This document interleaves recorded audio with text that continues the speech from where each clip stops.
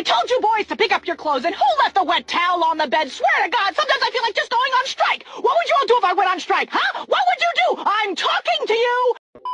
Yo, what is going on, guys? It is Taylor the Fiend back again, and today we are taking a look at a wife who obliterated her marriage through social media. This is becoming more and more common. Let's just jump into it. I married the nice guy. The guy who made me laugh. I married the guy who was stable, who didn't yell. I married the guy who wasn't afraid to get down on the floor and play with kids.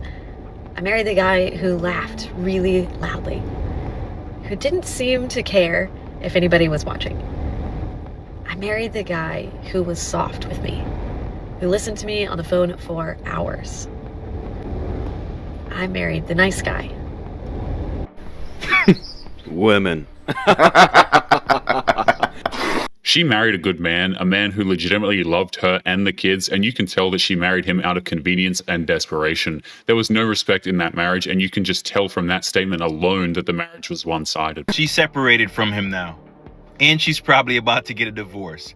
Yes, all the great characteristics that she just listed about that man still was not good enough. After 20 years of being married to this man that was so great to her, she still decided that it wasn't enough. I swear, some of y'all deserve to be alone. Some of y'all do not deserve to have good people in your life because you f***ed them over.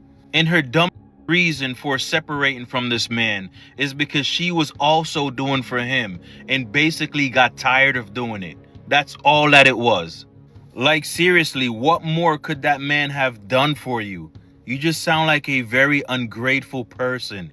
A lot of modern women have completely destroyed relationships with the power of their entitlement alone. These women only want to get married if it means they don't have to do anything but endlessly consume something. He's so nice, and he's the guy that I should want.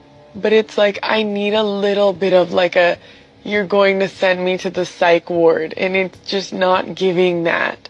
Boyfriends have your location, only if you have their credit card and bank account information. I still know. Do you have his ring? Do you have his last name, his bank account information? Do you have his credit card information? So why should he have your location? You ain't his wife. And even if you were his wife, you're still a grown woman. This don't get exhausting to y'all ladies. It's the same boring, tired tape. Oh, he better give you his credit card information. She just contradicted herself. Even if she's married and has all of his banking information, she still feels no obligation to share her location, which just proves that she wants the man to finance her lifestyle and feels entitled to his money, even though that man doesn't exist. The fact that Tom Brady's wife Giselle cheated on him with a jiu-jitsu instructor, which she just, by the way, finalized a marriage with, it just is abysmal, okay? Not only was he the father of your 2 kids, this guy is known as the greatest of all time.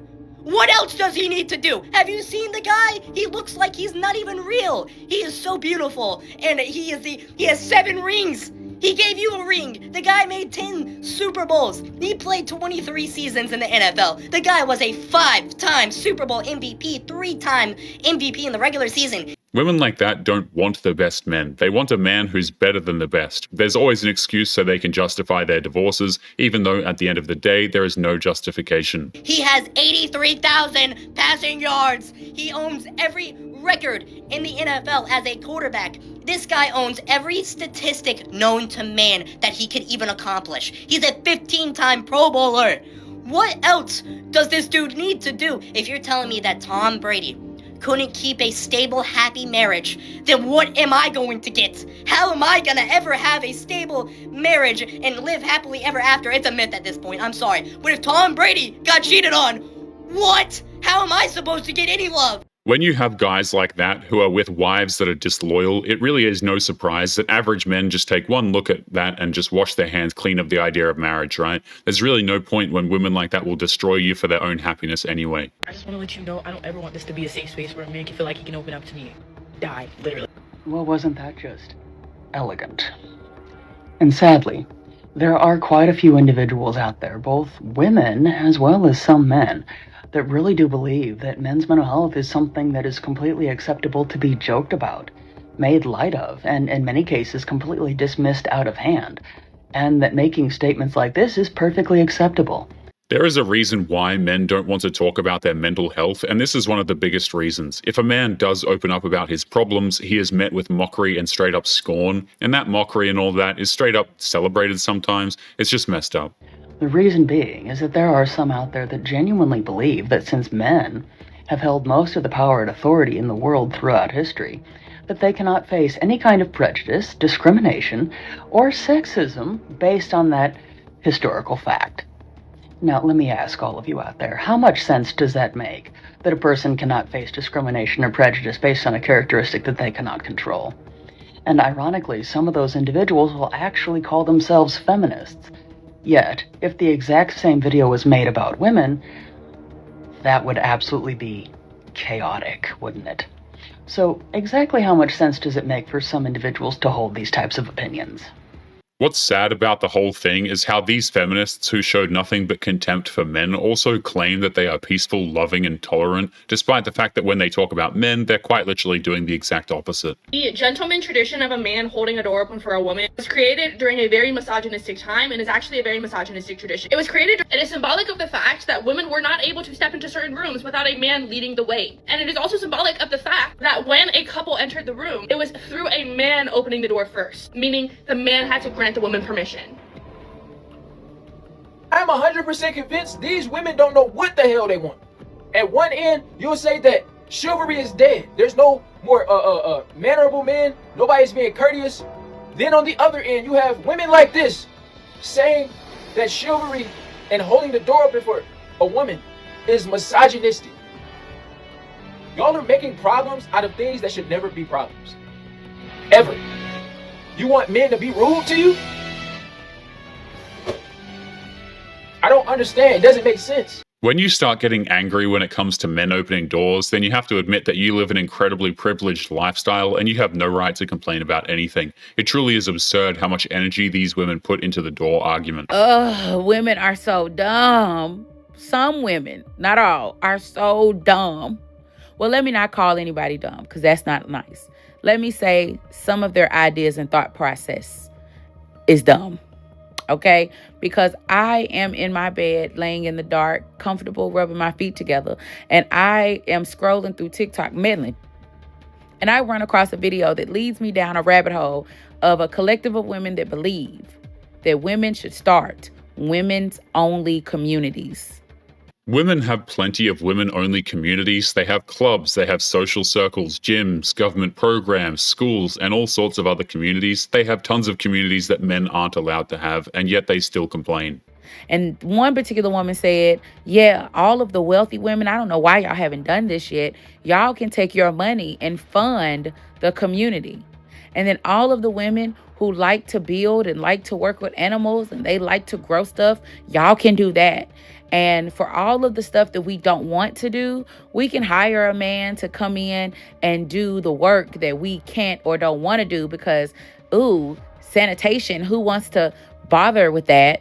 They will never understand the irony of that whole mess. If you have a community that is dominated by women, but you need men to maintain it, then that is not a woman-only community. You still need men to keep the thing running. But then they have to be from an approved vendors list. And this is going to be so women-centered that we won't even have any male animals in this neighborhood, in this community. It's dumb to think that that would work. And let me tell you why. Number one, some women, most women, not all, but some, got their money from marrying into it or inheriting it. So if you're wanting to build a community that has nothing to do with men, that includes their money.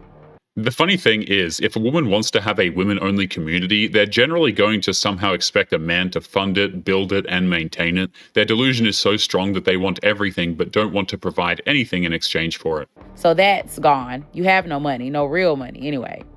If you think that you can have no animals that are male, how are you going to repopulate your food supply? Cows need bulls. I think it's bulls that impregnate the cows. After y'all eat the cows, how you gonna get some new cows? You gonna buy it? That doesn't make sense. You need them pregnant, which means you need what? Male animals. If it's nothing but women in his population, in this community, What are you going to do when all those women get old? Because there are no male children, and there are no males in the community to get anybody pregnant, to have any new babies. Feminists have become so militarized that it's pretty much made them ignorant to basic science. They honestly believe that they don't need men in any capacity at all, which is completely untrue. So that means literally this community would just die off eventually. And last but not least, and this is the part that tickles me, y'all believe that men are the only danger when we know that's not true. There are a lot of dangerous women out there, especially behind a man they want.